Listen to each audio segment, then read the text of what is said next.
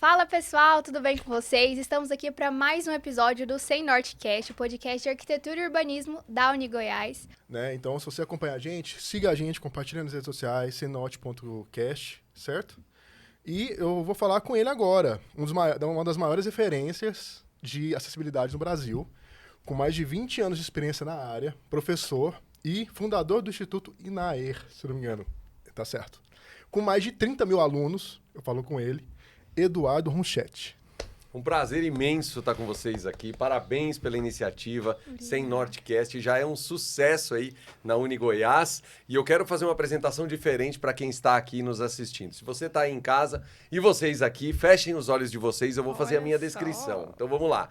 Você que também está assistindo, se você puder, estiver num lugar seguro aí, feche os seus olhos. Pode fechar. Eu sou um rapaz de pele clara, olhos azuis. Eu tenho um cabelo castanho, já um pouco grisalho, curto, com um topete virado para o lado esquerdo. Eu estou usando um óculos com aros pretos redondos. Eu estou sentado vestindo um blazer azul marinho, uma camisa azul clara, numa cadeira com braços pretos. E na minha frente uma mesa bege ao lado de 3 profissionais maravilhosos da UniGoiás. E aí, podem abrir os olhos? Consegui me descrever? Como é que foi essa experiência? Fantástico, fantástico. Muito diferente. Tenho visto mesmo essa descrição, né, em cinemas, ou até mesmo na TV, eu vejo um pouco, muito interessante. Muito interessante. Eu vou até entrar num ponto que eu pesquisando sobre a sua trajetória e vendo algumas entrevistas que você já deu, você falou que, inclusive, essa atividade que você fez com a gente aqui agora foi uma proposição sua que você resolveu fazer quando você estava na faculdade, né? Há 25 anos atrás, eu me formei no ano de 2000 na faculdade de arquitetura e naquele ano eu cheguei lá para o diretor da faculdade e eu comentei com ele, né? Falei, olha, eu gostaria de fazer algo diferente, gostaria de fazer uma vivência com alunos em cadeira de rodas, olhos vendados, muleta. E naquela época ele virou para mim e falou, não, preocupe-se com coisas mais nobres. Eu achei aquela fala muito estranha. E aí a faculdade ficava junto da reitoria, eu caminhei 20 passos assim, fui na reitoria e apresentei para o vice-reitor. E o vice-reitor falou assim, Eduardo, a minha filha está numa cadeira de rodas, o seu trabalho é muito nobre. Do que você precisa? Eu falei, do apoio da faculdade. E aí fizemos lá o primeiro no país, chamamos de Projeto Mobilidade, onde caminhamos com estudantes de arquitetura, com olhos vendados, cadeira de rodas, muleta, porque não há uma forma mais prática, uma forma melhor de eu entender a necessidade de uma pessoa com deficiência, se eu não me colocar no lugar dela. Eu acredito muito que nós vivemos uma nova forma de fazer arquitetura no Brasil. E uma das grandes promotoras dessa mudança da forma de fazer arquitetura é a acessibilidade. Então, se colocar no lugar da pessoa, para mim, é o primeiro passo, né? É essencial, né? Essa questão do ponto de vista do usuário, né? É. Essa aí é essencial. Isso é tão importante que você comentou que esse mapa mental, né, que é esse de imaginar poder, eu acho que hoje, né, no nosso tempo mais contemporâneo mesmo, se a gente tivesse esse feeling, essa pegada de falar assim, não, nós temos uma construtora, vamos sentir realmente o ambiente, se ele está acessível, vamos trazer um cliente, né, para experimentar a sensação, porque muitas vezes a gente não sabe qual que é o cliente que a gente vai ter, né, às vezes realmente um deficiente, um cadeirante, um deficiente visual, né, então eu já vi essa metodologia sua um tempo atrás, né, e eu falei assim, nossa, que interessante, né, algo que é obrigatório, vamos dizer dessa forma, obrigatório, mas a gente não sente, a gente não tem, às vezes, a percepção realmente do usuário, né? Então, eu acho que hoje, a nossa falha, vamos dizer dessa forma, já começa por aí. Realmente não ter aquele sentimento do pertencimento, né? Daquele tipo de usuário. Então, eu já tinha visto um pouco da sua metodologia e eu acho fantástico. Eu acho que nós devíamos aplicar sempre, em todas as áreas da arquitetura e também da engenharia. Seria, assim, quase que primordial, vamos dizer dessa forma. Com certeza. Porque, assim, o primeiro contato com a acessibilidade é, na minha opinião, um erro enorme, é abrir norma técnica. Para mim, esse é um erro enorme. Eu não acredito que a faculdade deveria ensinar norma técnica. Não. A faculdade tem que ensinar o aluno a pensar arquitetura, né? Ele vai se formar com uma mentalidade de pensar arquitetura. E pensar arquitetura nada mais é do que se colocar no lugar do usuário. Então, nada melhor do que eu me colocar no lugar de uma pessoa com deficiência, mas muito importante, não para experimentar a deficiência. Não, eu não acho que eu coloco uma venda nos olhos, por exemplo. Eu não coloco uma venda nos olhos para me sentir deficiente visual. Não é isso. É para eu sentir o ambiente que eu estou projetando. Será que o ambiente que eu projeto atende à necessidade? Quais são as barreiras? Quais são as sinalizações que eu preciso garantir? Né? E eu só consigo entender isso me colocando no lugar da pessoa. Então, eu acho que num ensino de arquitetura, né? Numa faculdade, num ensino, nada melhor do que se colocar no lugar do usuário. E é engraçado porque quando a gente pensa em normas, né, ela surge como um efeito balizador daquilo que deve ser feito, né, de maneira legal. E aí, ela, né, de certa maneira, ela acaba gerando até alguns entraves, principalmente quando a gente olha na questão de aproveitamento mesmo, né? A gente vê, eu sou mais da área do urbanismo, então quando eu discuti o urbanismo com o cliente, muitas vezes questões de normativa ou legislação e tal, que você vai 15% de área pública, por exemplo, às vezes pro loteador já é algo que já dificulta a questão, né? O cara não consegue ver um link entre o projeto bem feito e o lucro, né? E o valor desse projeto.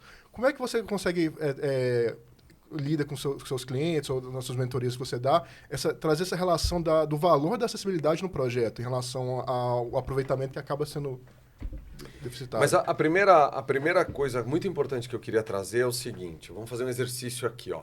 Pensa, você que também está ao vivo, está conosco aqui assistindo, pensa num gira-gira. Sabe aquele brinquedo de parque, de playground? Você pensou no seu? Pensou no seu? Você que está aqui, pensou, você que está aqui assistindo. Pensa num gira-gira. Tá bom. Diz para mim, Ana, como é o gira-gira que está na sua mente? Conta para nós como que é o modelo dele. Ele é redondo, obviamente. É um redondo. Ele é dividido por cores. Cores. Cada São banquinho. bancos. Não. O do meu colégio era de metal mesmo. Era de metal. Mas como que a pessoa, como que se usa? Eu sento. Não, eu coloco as pernas pra entrar, né? Tá. Eu tenho que entrar com as pernas primeiro e seguro. Não E era eu muito seguro. confortável. Tá. Mas você fica de pé?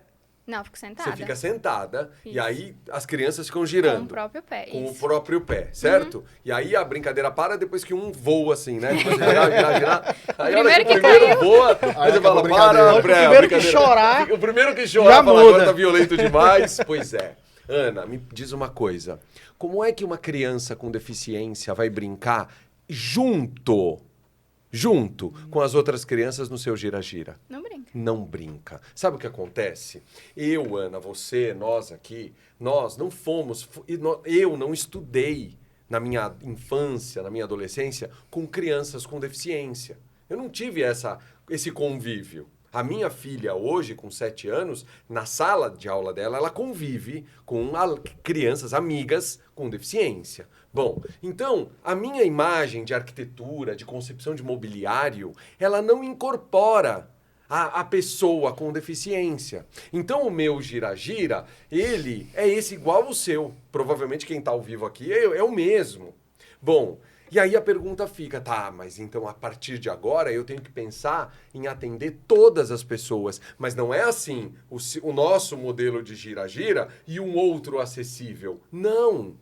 Agora você fala assim, mas e a norma? Ela ensina o quê? Ela não vai falar de gira-gira. É por isso que eu não acredito de ensinar norma nas universidades. Eu acredito o seguinte, tem que ensinar uma nova forma de fazer arquitetura. Como é que um estudante de arquitetura, ao se formar arquiteto, vai criar o gira-gira? Aí você pergunta, tá, mas Edu, como que é esse gira-gira? Bom, eu tive a oportunidade de ver em que era uma base, era um disco de ferro. Esse eu já vi em filme. No chão. Então, o que girava era o disco de ferro, que estava no nível do piso.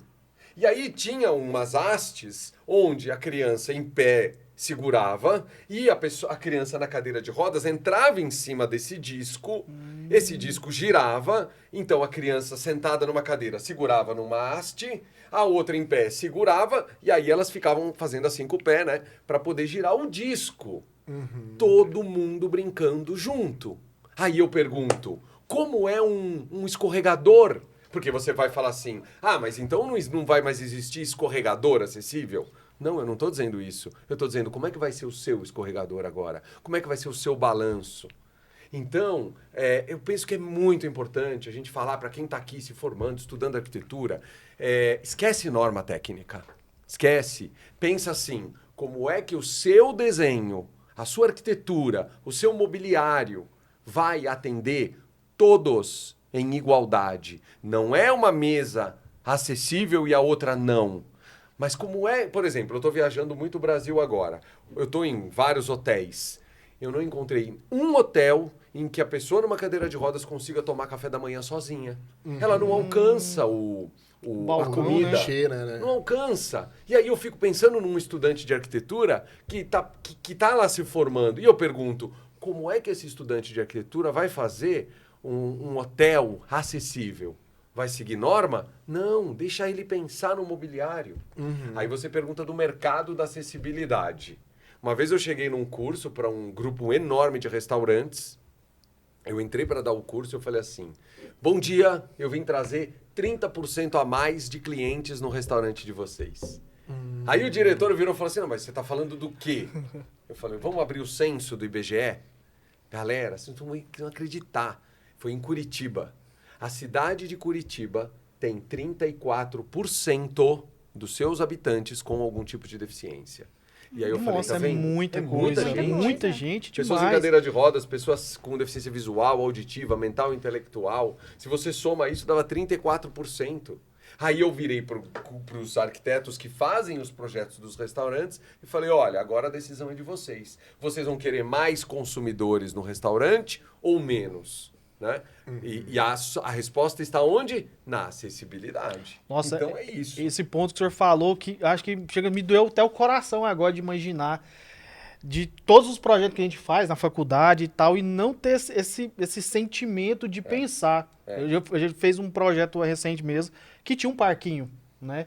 Eu já me visualizei como que eu vou resolver a parte do escorregador. Eu não consegui nem imaginar, assim... nossa, eu tenho que não poder deixar de não resolver essa problemática. Exatamente. Né? Então, tanto que meio que me veio na cabeça agora a questão, por exemplo, da Paralimpíada. Né? Não tem a gente não tem nem o acesso ao nosso deficiente na Paralimpíada. Ele tem que se adaptar ao que tem lá. Que eu acho que reflete muito na arquitetura quando a gente está projetando.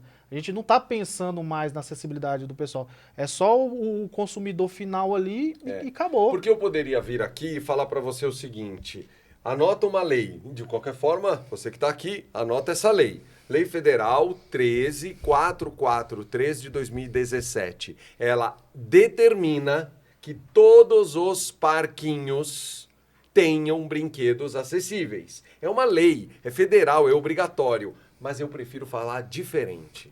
Eu prefiro olhar para quem está aqui com a gente e falar assim, o teu projeto, o teu parquinho, ele atende a quem?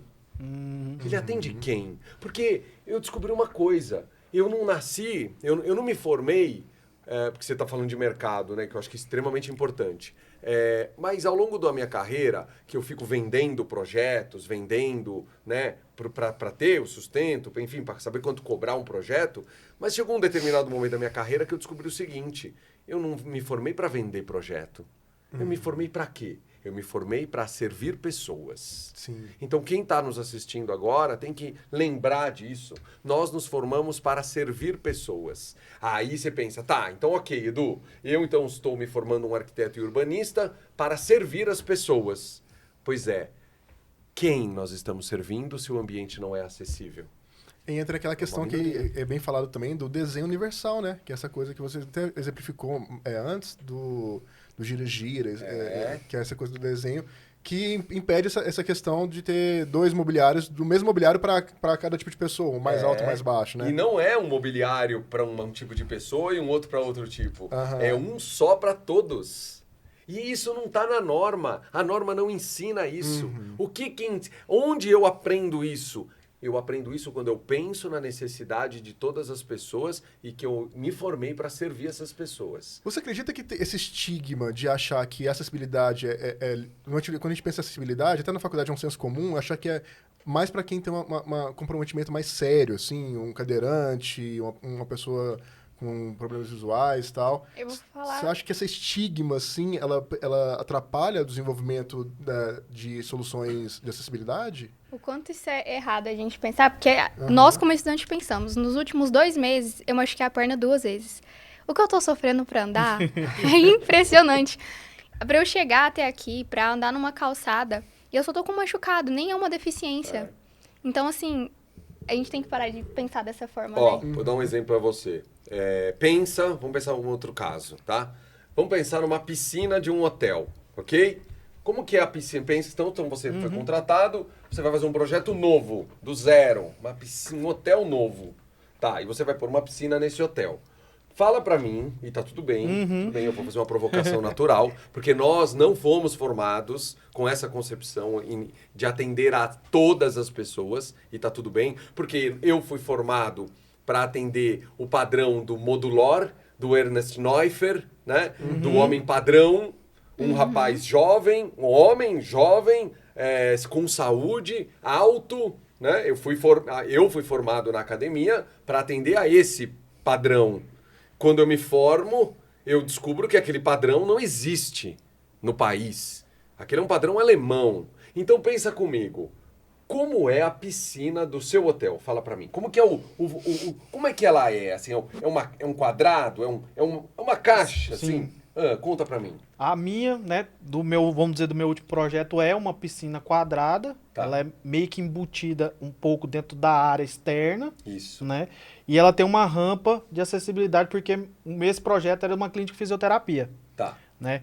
Só que agora Pensa num hotel. É. Como seria? Então você vai fazer essa caixa, esse buraco, Sim. essa caixa quadrada, mas pode ter um formato. Quando ok. muito, coloca uma escada, assim. Ou você põe uma escada submersa. Submersa, Aham. muito. Tá, uma escada submersa. É isso? Isso. Ela Tá. seria a primeira parte dela é um nível um pouco superior, Isso. com uma escadinha pro segundo piso Perfeito. e ao lado do vão a escada mergulhada, né, que seria. Maravilha. Mas a primeira eu sempre coloco Muito bem. o primeiro nível. Aí você fez esse projeto do jeito que você imaginou, ok.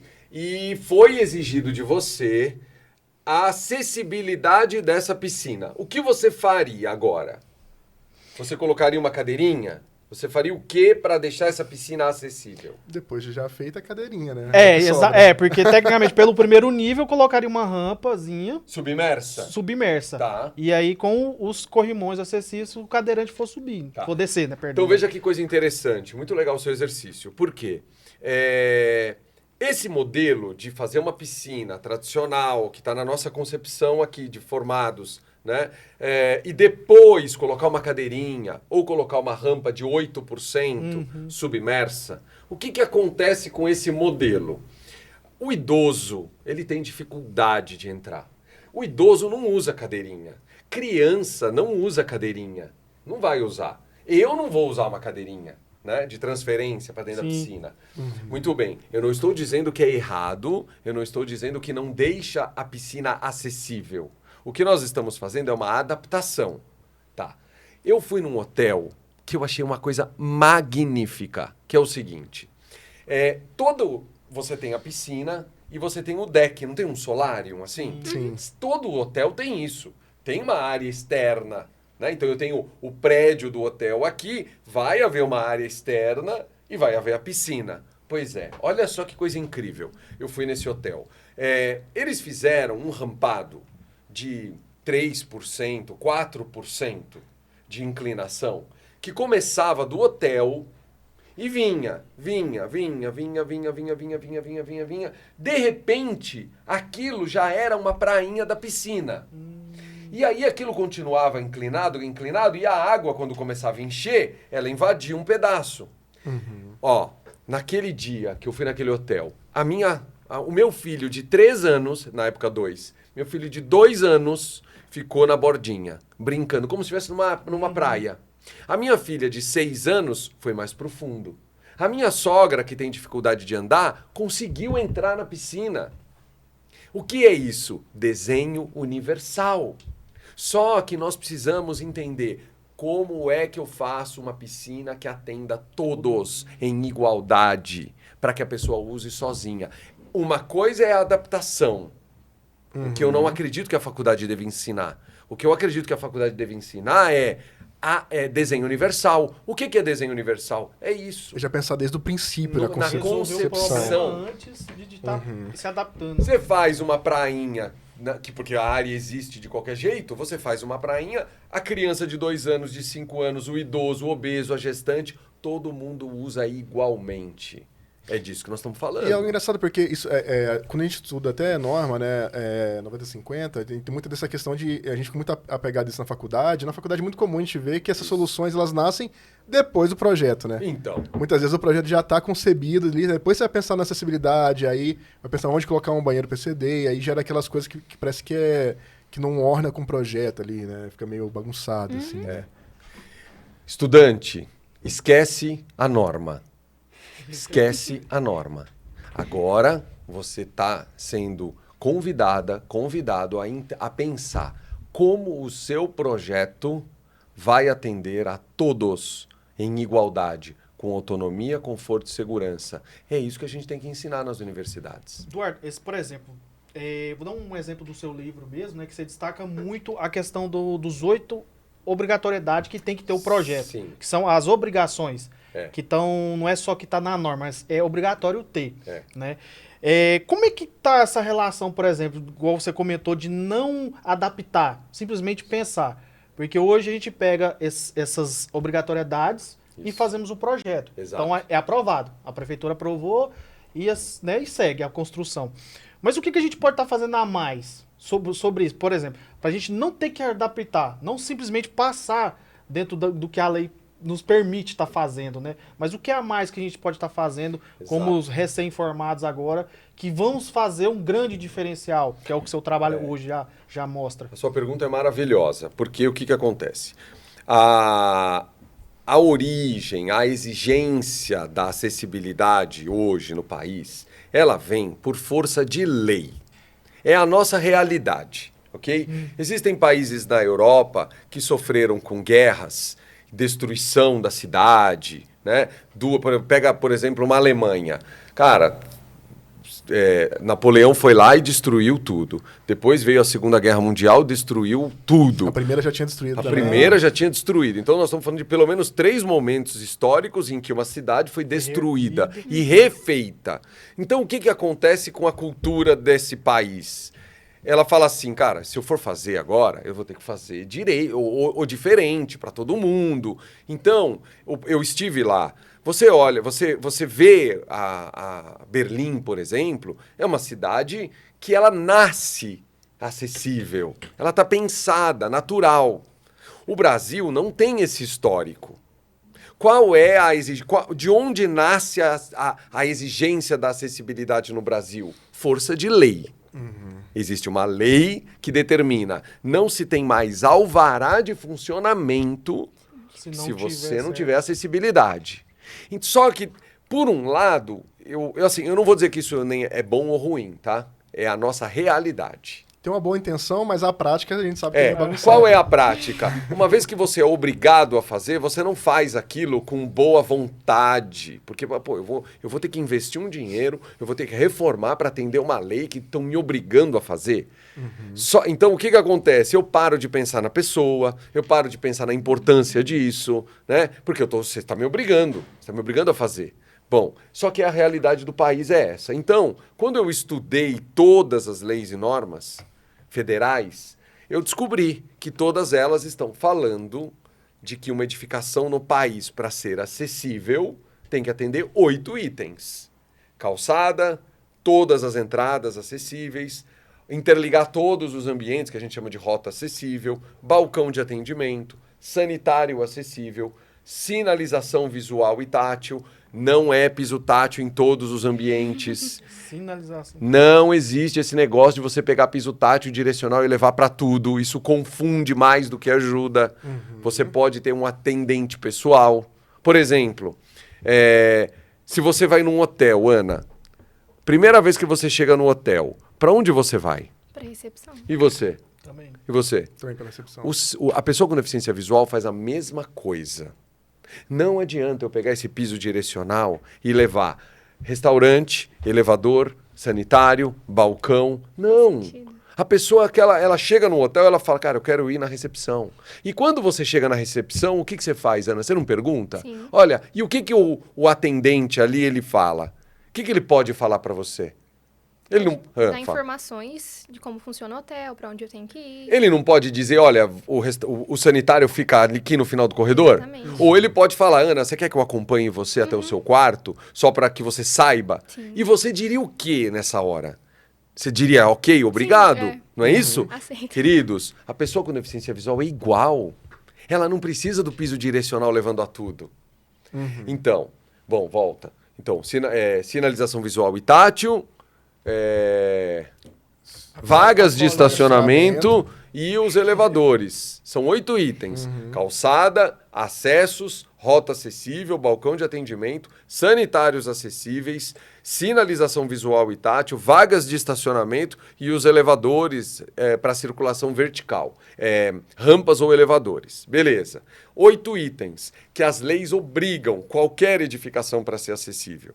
Então, o que eu busquei resumir, trazer como uma forma didática, é virar para um arquiteto e falar, olha, arquiteto, nós que não fomos formados na concepção, né, porque projeto de acessibilidade não é, acessibilidade não é projeto complementar. Pois é. Não é. Acessibilidade é estudo preliminar. Só que, o que a construtora faz, Rodrigo? Estou lá trabalhando, toco o telefone, eu recebo um e-mail. Eduardo, eu já contratei, eu estou no anteprojeto, eu estou no projeto executivo, né? Normalmente é assim. Estou no projeto executivo, eu já contratei estrutura, elétrica, hidráulica, fundação, conforto, não sei o quê, paisagismo. Precisa resolver a E acessibilidade. agora eu tenho que resolver a acessibilidade. Cara, Isso que é obrigatório, né? Isso que é obrigatório. Imagina se não Quando fosse. chega nisso, a primeira coisa eu falo, já era, não vai rolar. Porque eu vou ter que pôr cadeirinha na piscina e o construtor vai falar que não vai fazer. Agora, se o profissional, né, fala, então anota isso aí que você está com a gente. A acessibilidade não é projeto complementar, é estudo preliminar, é a concepção. É a concepção. Só que o Brasil hoje tem milhões de edificações que precisam ser adaptadas. Então, neste sentido, você abre a norma, você abre a lei e você vai descobrir 8 itens obrigatórios. Então, acho que essa é a ideia, né? Da gente trazer esses 8 itens como um auxílio Pra prático para resolver a adaptação. Sim. Né? O ruim é que, assim, minha própria opinião é porque a gente vem de uma estrutura cultural que às vezes choca, né? Vamos dizer dessa forma com isso. Vou dar um exemplo do nosso estacionamento de rua, né? Aqui em Goiânia mesmo, que tem o piso tátil, direcional, e quando chega na rampa, tem carro estacionado bem na rampa, tem moto estacionada. Aí eu já ouvi falar assim, não, enquanto não vier me multar, Então, eu não vou sair. por isso, né? Porque a obrigatoriedade da acessibilidade no Brasil veio por força de lei. Não veio por uma cultura da necessidade. Né? Por exemplo, como é que eu comecei nessa área? Há 25 anos atrás, lá na faculdade, mas tem uma história na minha família que marcou muito. Eu recebi um chamado. Eu não sei explicar de outra forma. Foi um chamado que eu recebi. Na faculdade, eu recebi um chamado assim, Eduardo, eu preciso que você me ajude numa coisa.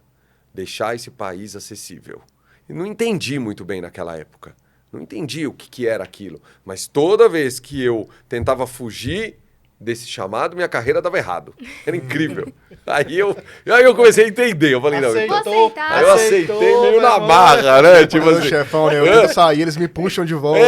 Foi mais ou menos assim a minha carreira, Mas, na minha família, aconteceu uma coisa muito interessante. A minha avó, Mercedes, com 83 anos, ela tentou se levantar da cama, aí ela caiu e quebrou o fêmur. Só que era uma italiana, 5 filhos, 10 netos, todo domingo reunia os filhos na casa, aquelas macarronadas, aquelas festas enormes, cheias de gente, primo, sobrinho, tios, Criança, né? Criança, enorme. Só que depois da queda, aquilo desapareceu. Por quê? Porque a minha avó não podia mais sair de casa, minha avó não podia mais cozinhar, não podia ficar mais muito de pé, a gente parou de ir a restaurantes. Então eu parei de nutrir, eu parei de construir essas imagens com a minha avó. Mas sabe o que eu descobri? Que existem, o nome dela era Mercedes, existem milhares de Mercedes no país que passam pela mesma questão. Então, sim, a acessibilidade no Brasil tem força, é obrigatória por lei, mas eu prefiro acreditar que nós, urbanistas, arquitetos, temos uma missão.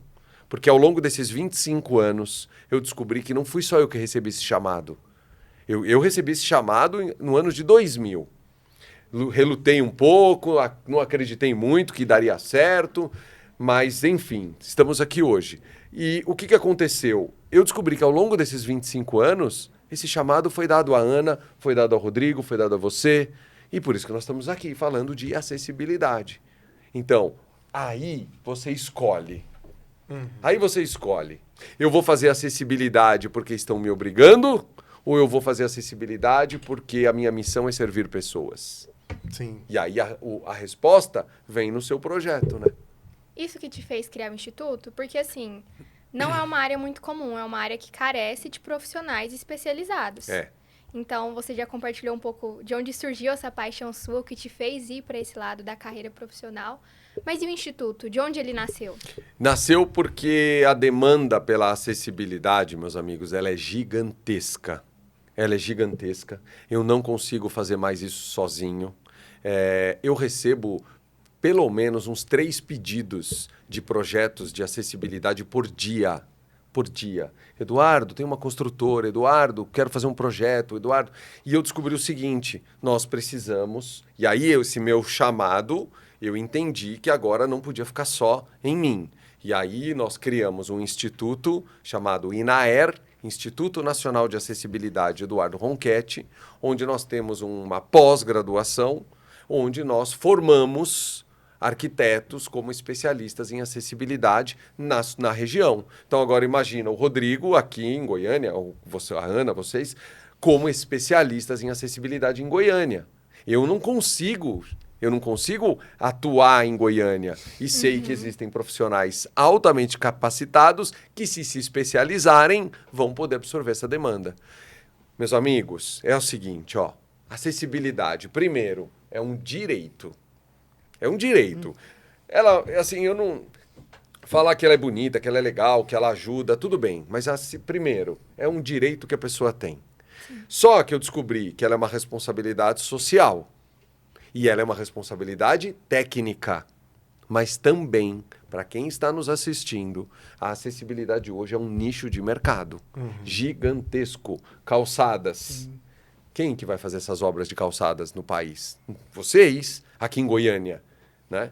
Então, por isso que surgiu o INAER, para capacitar os profissionais a realmente entender o que é acessibilidade e absorver e aproveitar essa oportunidade de mercado. Eu queria trazer um pouco mais para o início, até pegando um pouco dos períodos lá da formação, lá em 2000 e tal, até fazendo um paralelo com hoje em dia, assim, com essa questão. Lógico que teve um desenvolvimento, né, se olhar mais para a questão da acessibilidade ao longo dos tempos e tal, mas qual que você vê a diferença de como se tratava de acessibilidade antigamente, assim, lá nos anos 2000, e como vem caminhando hoje, assim, a partir das normativas, de tudo que vem caminhando? Cara, não existia. Não existia. Não existia, não se falava de acessibilidade. Na minha formação, eu acho que nunca tive um professor, nunca tive uma fala de colocar uma rampa numa residência, por exemplo. Aí você fala, mas não é obrigado a atender a norma na residência unifamiliar. Eu sei que não, mas a minha sogra caiu da escada, quebrou a coluna na residência dela. Então, o que acontece? A acessibilidade, como hoje nós estamos falando, ela é muito recente, né? No ano de 2000, eu não me lembro de na faculdade estar falando disso. Não me lembro. Não tinha. Inclusive o prédio onde eu estudei não tinha nada, né? Não tinha um elevador, não tinha nada. É engraçado, porque quando a gente pensa muito nessa questão, né? E hoje em dia se ensina muito por conta da norma, né? É uma obrigatoriedade, mas não se amplia muito, né? Exato. Tipo, essa questão, Por isso né? que eu estou te comentando. A acessibilidade, você pode olhar pela obrigação legal, e aí você tem a norma, né? Ah, Edu, mas eu sou obrigado a atender a norma? Né? Existe uma lei que diz todas as edificações devem ser acessíveis conforme os padrões das normas técnicas. Então, eu sou obrigado a atender a norma. Mas o que eu estou querendo trazer para nós, arquitetos, urbanistas, é que antes da norma existe o estudo preliminar, existe a concepção, que vai além da norma, né? Mas sim, eu tenho que atendê-la. O que te fez persistir nesse caminho? Se antes não tinha nada, fala assim, cara, eu vou capinar esse lote, tem muita coisa para ser construída, para paradigmas a serem quebrados. O chamado, não sei explicar. Deus chegou para mim e falou, Eduardo, tem uma coisa aqui que você tem que me ajudar. Foi. Caraca. Foi assim mesmo. E hoje em dia, toda vez que eu faço as minhas orações, hoje Deus vira para mim e fala assim, não é só você mais. Agora você tem que pegar isso aqui e você tem que ensinar.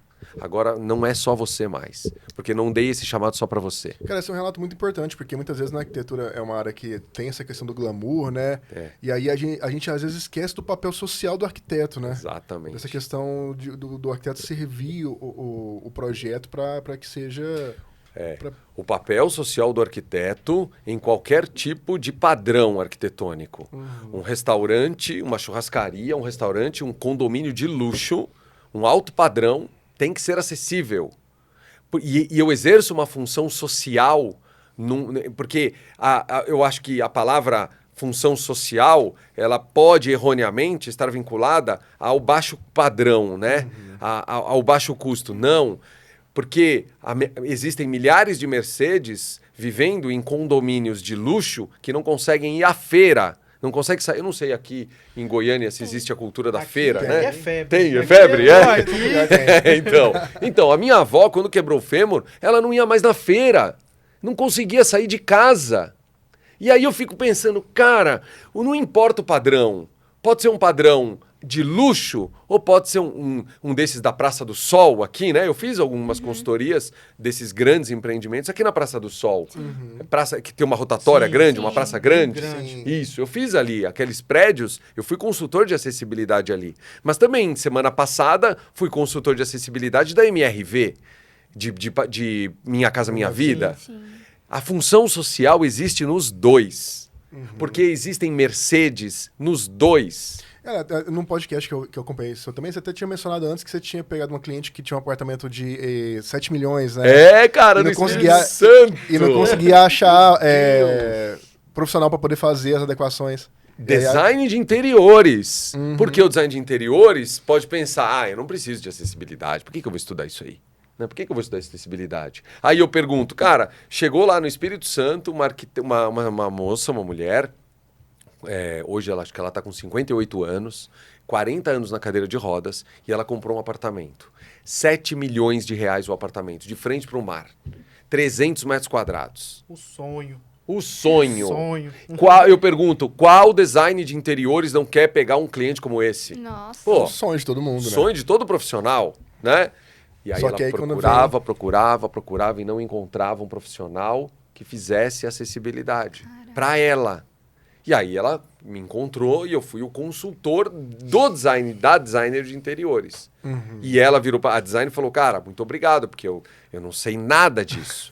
Nada o quê? Por exemplo, esse foi um trabalho muito legal. Por quê? Primeiro, esta cliente, ela queria autonomia total. Né? Ela falou, Eduardo, eu quero fazer a minha casa do meu jeito para eu viver sozinha com autonomia total. Tá bom? Então, primeira coisa, nenhuma prateleira, nenhum armário, nenhuma prateleira, nenhum cabide, nenhuma gaveta abaixo de 40 centímetros, nem acima de 1,20 m. Só fizemos armários acima de 1,20 m na despensa, né? Onde ali ela podia ter o auxílio de um funcionário. Ok, mas isso foi combinado com ela. A máquina de lavar que você coloca no chão, ela não ia alcançar. Bom, mas Eduardo, um apartamento de 7 milhões, ela vai lavar a roupa? Ué, por que não? Tem Por que dar que não? autonomia, né, para essas pessoas de toda maneira, né, de toda E aí forma. o que nós tivemos que fazer? Pegamos a máquina de lavar e levantamos a 40 centímetros do chão. Por quê? Aí eu uso a norma. Eu uso a norma para olhar os parâmetros. E lá fala, tem uma figura de número 26 que fala que nem nada pode estar abaixo de 40 centímetros nem acima de 1,20 m. Então eu pego aquela referência de norma e trago para o projeto dela. Outra coisa muito legal, por exemplo, qual que é a profundidade, Ana, de uma bancada de cozinha? 60 centímetros. Padrão. 60 centímetros. Agora, você sabe, tá tudo bem, eu estou perguntando para estimular, tá bom? Você sabe quanto que uma pessoa alcança sentada? Não precisa ter deficiência. Imagina que eu estou sentado aqui, ó, encostei a minha barriga aqui na mesa, certo? Quanto que a minha palma da mão alcança? Você sabe qual que é essa distância? Tá na norma, 90-50. 50 centímetros, sem os dedos, tá? Imagina que eu não tenho os dedos. Então, daqui do peito até a palma da minha mão, 50 centímetros. Ana, se eu fizesse uma bancada de 65 centímetros e colocasse uma torneira de parede, ela não ia usar. O que nós tivemos que fazer? Todas as bancadas no apartamento dela, 50 centímetros, né? Então, é isso que eu falo. Galera, vivemos uma nova forma de fazer arquitetura. Você acha, assim, fantástico, né? Se a gente for parar para pensar nisso. Será que hoje não seria mais eu não gosto muito de usar essa palavra, mas a preguiça que hoje um arquiteto tem em desenvolver essa parte de acessibilidade? Porque, por exemplo, esse exemplo dessa cliente sua, né? Que era já ela riquíssima, né? Vamos dizer dessa forma, apartamento de 7 milhões. E ele não teve aquela vontade de falar assim, não, eu vou lá fazer, vou olhar na norma, eu vou pesquisar. Você acha que mesmo, vamos supor, que o seu instituto já tem mais de 25 anos, né? Ainda não está faltando ali ainda uma força de vontade, que eu creio que deve ter melhorado, né? Nesse cenário que a gente está atual. Mas será que hoje não seria mais o arquiteto também ter essa vontade? Até uma questão complementando sua pergunta, você falou até de questão de cultura, né? E você acha que parte da questão da cultura também. Não é só a questão técnica, não é só aprendizado, mas é uma cultura também, né? E aí, como é que você vê essa questão, essa relação? Você acha que é só falta de ensino ou é realmente a questão cultural? E como a gente pode adaptar isso, assim, sabe? Não, eu acredito que os nossos profissionais, eles têm que entender que há uma responsabilidade técnica vinculada, muito forte, muito grande. Então, assim, não acho que seja preguiça, eu acho que é uma questão cultural, de formação, né? Nós não fomos inseridos numa mentalidade de pensar num projeto para todo mundo. Nós fomos formados na mentalidade do ensino modernista, né, de arquitetura. Tá tudo bem, não estou criticando de forma negativa, mas eu acho que hoje a academia... Mas a gente sabe que tem suas coisas ruins também, né? Mas ela tem que mostrar, a academia tem que ensinar esse viés, mas tem que ensinar o viés do desenho universal agora. Né? Tem que mostrar que o livro do Ernest Neuffer, ele só serve para você aumentar a altura do monitor. Porque ele é grosso, assim, né? Só pra isso, cara. Porque ele não serve de nada. Não, eu tô brincando. Ele serve de acadêmico. Academia. Estudo da evolução da arquitetura. Mas os parâmetros antropométricos que estão no Ernest Neuffer, na arte de projetar em arquitetura, não servem mais. Aqueles parâmetros que estão lá não servem mais. Vem aquela coisa do International Styles, né? Do desenho ou seja, não sei se a melhor palavra é a preguiça. Eu acredito que nós não fomos formados a pensar no princípio do desenho universal. Mas hoje, isso não é desculpa. Galera, vou contar uma história para vocês. Temos tempo? Temos. Pode contar. Todo o tempo do mundo. Não todo o tempo também, que tem um compromisso. Não, o meu voo é amanhã de manhã, então eu tô em paz. Temos muito tempo. Muito tempo. Daqui para meia-noite. Estamos tranquilo. Um construtor em São Paulo contratou um arquiteto, ele fez o projeto do prédio, tá? Aprovou na prefeitura, a prefeitura aprovou o projeto. Aí teve projetos complementares, enfim, construiu o prédio. E aí um profissional, um engenheiro, o arquiteto entregou uma declaração um ART, uma ART ou RRT. E aí a prefeitura, diante desse RRT, deu a BITSE para o prédio. Pronto. Porque hoje o que acontece na lei, na legislação municipal? A tal da autodeclaração. Ué, você, arquiteto, tá, você é responsável pelo seu trabalho? Sou. Então me entrega seu registro seu RRT aí. No seu RRT está declarando que você atendeu acessibilidade? Então, quem sou eu, fiscal da prefeitura, para questionar? Não sou. Você é responsável, não é? Você entregou o RRT? Cara, isso é um risco muito grande. Então, hein? beleza, tá aqui, ó. Que eu acho que essa é uma lacuna. Porque a faculdade não ensina isso. E quando o arquiteto cai no mercado, ele tá preenchendo um RRT declarando que as placas que ele pôs na obra têm o braille. Ele tá declarando isso no RRT. Ele tá declarando que o piso tátil tem cor contrastante. Que a abertura da área de varredura da porta tá... Que a porta tem aproximação lateral, que o vão livre, que o sanitário coletivo, não é o acessível, tem uma bancada mais baixa. Ah, mas já tem o acessível, mas mesmo assim você tem que ter uma bancada mais baixa para uma criança no sanitário coletivo. O arquiteto ele está declarando isso. Então existe essa lacuna. E o INAER ele vem para tentar resolver essa lacuna. Bom, aí o construtor construiu esse prédio e uma mulher com deficiência, numa cadeira de rodas, comprou um apartamento lá. Não conseguia usar a academia, não conseguia usar o salão de jogos, não conseguia entrar no condomínio. Caramba. Atenção. E aí ela aciona o condomínio, que aciona o construtor e virou um processo judicial. Estava escrito assim lá na petição, tá? Estava escrito assim: eu nunca consegui usar a academia. Por quê? Porque quando eu chego na porta da academia, ela está numa cadeira de rodas, tem uma botoeira, que é biometria, e essa botoeira está alta. E ela fala, eu não alcanço a botoeira. A norma está lá. Essa botoeira devia estar no máximo a 1,20 m. Estava 1,5 m. Beleza. Aí ela continua escrevendo. Quando eu alcanço a botoeira, aí eu volto para a cadeira aqui, chego na frente da porta, Tá travado, a porta trava de novo. O tempo de abertura é pequeno. Beleza. E ainda fora que não tem o desnível às vezes ainda. Né? Aí ela escreve assim, quando eu consigo pôr o dedo lá, me arrumar rapidinho e chegar na frente da porta, eu tenho um corredor de 1,5 m com 2 portas. E uma abre, a outra tem um trinco em cima. Só que 1,5 m dividido por 2 dá 75 centímetros. O vão mínimo devia ser de quanto? De 80. De 80. Uhum. Ela escreveu no final, eu nunca consegui entrar nessa academia. Nossa. Bom, no final da história, eu estava numa reunião como essa, tá? A arquiteta da construtora, o advogado da construtora, eu e o incorporador. Uma reunião com 4 pessoas. E eu apresentando o diagnóstico. Falando, tá errado aqui, tá errado ali, errado. E aí, quando o arquiteto, o engenheiro suando. Frio. Não, mas não era Quase ela. morrendo do coração. Não, o arquiteto que fez o projeto não era ela. Ela era a arquiteta da construtora, né? Bom, aí o incorporador virou para mim e falou, Edu, eu não entendo nada do que você está falando. Eu sou incorporador, eu entendo de incorporação imobiliária. Aí ele perguntou assim para mim, esse arquiteto que fez esse projeto, ele não é responsável por isso? Aí eu falei, é. Aí a arquiteta, na hora, pegou o RRT e mostrou para o incorporador. Falou, olha, inclusive ele assinou isso aqui, ó, o RRT.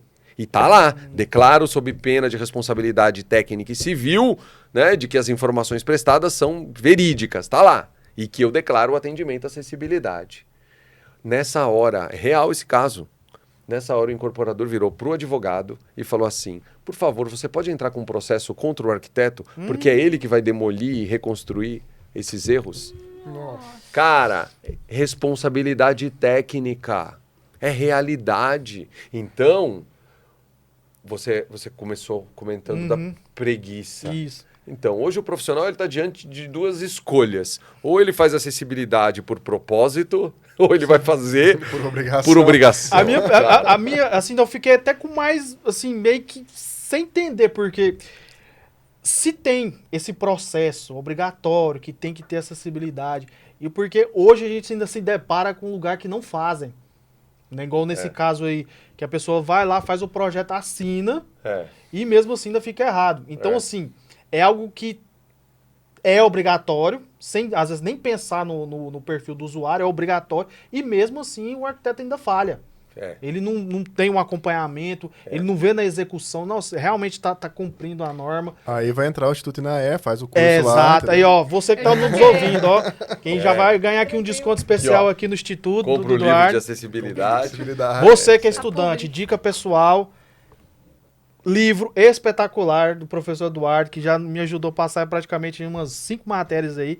Ó, compre e já vai com o olho aí na pós-graduação, ao término aí, Não, é viu? um ponto interessante, que nem você falou que no livro ele cita lá os 8 Sim. principais pontos, né? Então, assim, Sim. é uma questão de cultura. Pra A gente quem sabe vê que aqui, ó, legislação início. ajuda, não resolve 100%, mas ela é um mediador ali e tal. É. E tem as questões da fiscalização, né? Dessa coisa da prefeitura, das um normas, pouco da questão de complicado. aprovação e tal.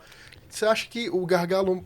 Tem um gargalo legal, que a gente sabe que... Você até falou que a norma não resolve tudo, é necessário ter a norma ela veio até para tentar reforçar um aspecto cultural, né? Porque ela vem a partir de uma legislação que obriga a execução disso, né? Só que aí, o que falta para consolidar essa cultura? Ter mais leis que travam isso na parte da aprovação, ter mais fiscalização por parte dos entes públicos? Então, eu prefiro pensar assim, ó. Um médico, quando ele vai fazer uma cirurgia, ele precisa aprovar a cirurgia no Conselho de Medicina? Não. Precisa? Não. Não, né? Um advogado... Então, peraí. Ele não precisa aprovar essa cirurgia no Conselho de Medicina. Por quê? Quem é o responsável pela cirurgia?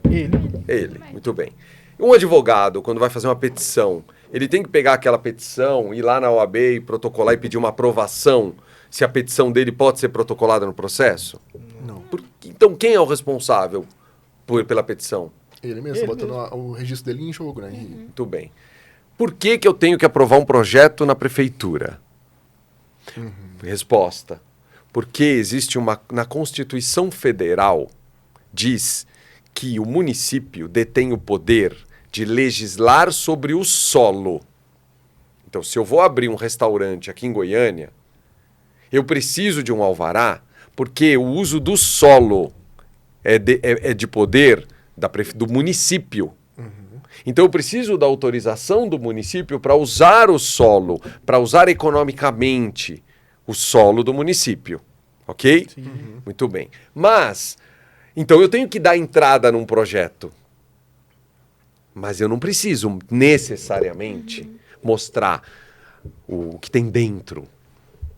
O que a prefeitura precisa ver no desenho é o recuo, a taxa de ocupação, Permeabilidade. a permeabilidade, porque tudo está relacionado ao uso do solo. Mas a prefeitura não necessariamente precisaria saber a largura do corredor, o vão livre da porta, se tem ou não banheiro acessível. Não precisa saber disso. Então, mas por que não? Porque a responsabilidade não é do fiscal, a responsabilidade é do arquiteto, assim como é do médico, assim como é do advogado. Porque quando você recebe um diploma e quando você recebe o CAU, ou CREA, o que essa associação está dizendo? Cara, Você tá apto a estar atuando, né? você está apto a fazer projeto de hospital, a fazer projeto de qualquer coisa, inclusive acessibilidade. Olha, isso aí dá até um start, né? Então. Porque às vezes, esse exemplo do médico, né? Que o médico, ele é responsável se, vamos supor, se ele matar, né? Ou se ele aconteceu um ato médico lá e via a óbito, né? A importância que é que hoje o arquiteto tem que sair da graduação ciente que ele está apto a autorizar, né? A Isso. assinar, mas se realmente ele está ciente do que ele está fazendo. Mas é por isso que eu acredito que hoje, nesse podcast, a mensagem que tem que ficar não é a mensagem da obrigatoriedade. Sim. Porque a obrigatoriedade está aí, é lei, é norma e você é responsável. Mas não é essa mensagem que eu gostaria de trazer. A mensagem que eu gostaria de trazer é propósito, missão, servir pessoas que nós antes não havíamos sido formados a servi-las. E agora nós temos que pensar, como é que o meu projeto ajuda uma Mercedes? Como é que o meu projeto ajuda 20 milhões de pessoas com deficiência? Muita gente. 32 milhões de idosos. Cara, Ana, Verdade muito grande. o número de pessoas com deficiência no Brasil, mais ou menos, 10%. Mais ou menos hoje, 20 milhões. Pessoas idosas, 32 milhões, tá? Muito bem, são 52 milhões de brasileiros que têm ou deficiência ou têm mais de 60 anos, tá? O número total da população do Canadá, total, não é deficiência. Canadá tem 39 milhões de habitantes. A Argentina tem 46 milhões de habitantes.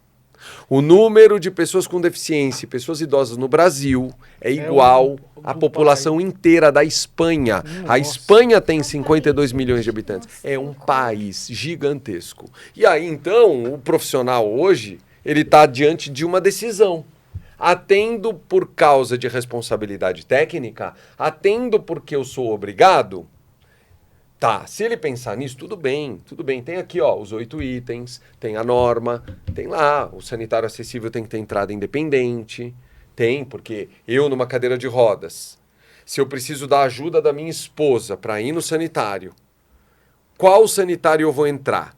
No coletivo masculino e lá dentro tem um acessível, ou eu entro no sanitário acessível, no sanitário coletivo feminino e lá dentro tem um acessível?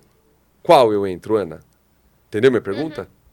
Então imagina, eu tô numa cadeira Vai de rodas. impactar que a sua esposa não pode entrar. Exatamente. E você, por ser Qual eu homem, entro? não pode entrar no feminino. Então, e o que diz a norma?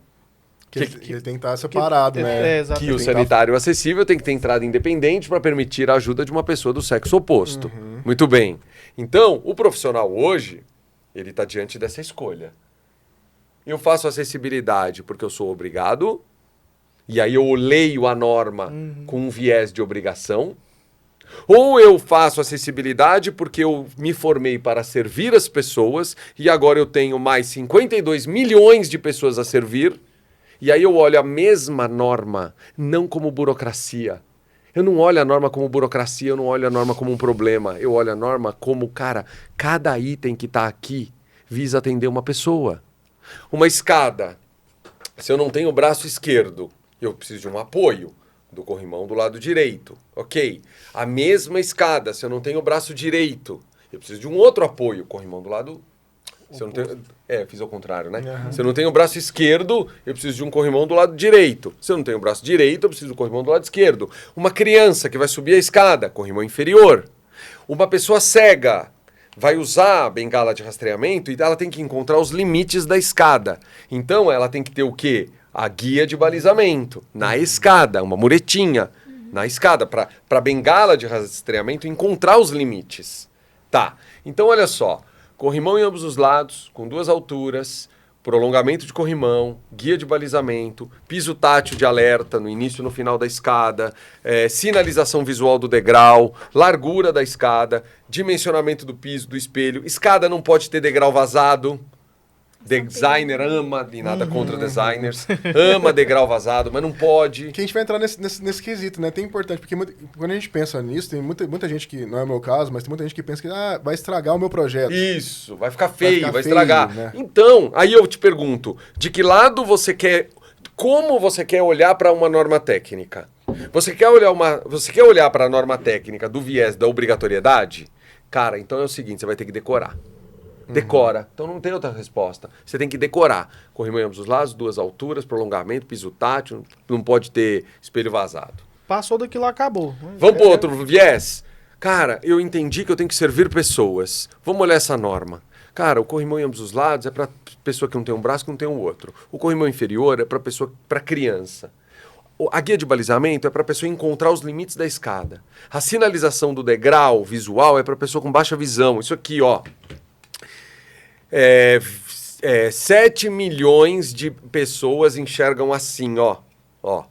Coloca esse óculos. 7 milhões de pessoas no Brasil enxergam assim, Ana. Eu já sou míope. O que você está enxergando, por exemplo? Ó. Nossa, não dá pra enxergar nada. Tudo Então, embaçado. agora, se na sua frente tiver um monte de escada, uma escada com vários degraus, tudo da mesma cor, a Ana não vai enxergar. Sim. Agora, se nessa escada tiver uma linha colorida, amarela, em cada degrau, a Ana vai enxergar os degraus. O Piso tátil já destaca. Sim. Ou seja, eu estou tentando mostrar que a mesma norma pode ser vista como uma obrigação, e aí você vai ter que decorar. Ou ela pode ser vista como algo em que eu entendo o que está por trás dela. Se eu entender o porquê que o sanitário acessível tem que ter entrada independente, eu não esqueço nunca mais. Se eu entender que o ralo não pode estar na área de giro, não pode estar no meio do banheiro, porque a cadeira de rodas quebra a tampa do ralo e a pessoa cai, eu não esqueço nunca mais que o ralo não pode estar ali. Então a escolha é do profissional. Ele escolhe de que lado? Decorar ou entender, né? E quando você entende isso, você internaliza para a parte do projeto, você consegue não deixar isso, entre aspas, né? Feio, porque não fica adaptado, né? Porque que nem quando a gente pensa, tipo, no modernismo, a questão da função, né?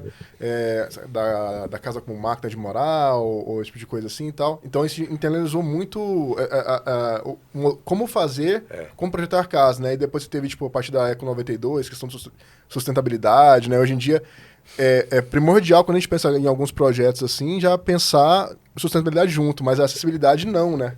A acessibilidade ainda não... Ela sempre parece que é sempre um projeto complementar, complementar. jeitinho. Vou fazer meu projeto, vou fazer o jardim depois. Fica quase aquele sentimento assim, não, depois a gente adapta o que puder adaptar, a gente coloca lá. Fora que quando tem muito arquiteto que fala assim, vai estragar meu projeto, eu discordo, porque ninguém vai ficar admirando a escada. A escada é para subir. Até como o professor falou, né? Quando você internaliza isso, você cria maneiras de não deixar aquilo ali feio. Né? Exatamente, né? Tem diversas formas de pensar. Por exemplo, vamos falar de hotelaria.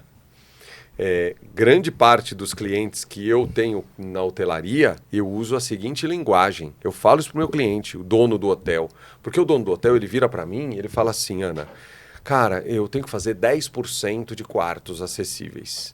Ele fala, esses quartos vão ficar parados.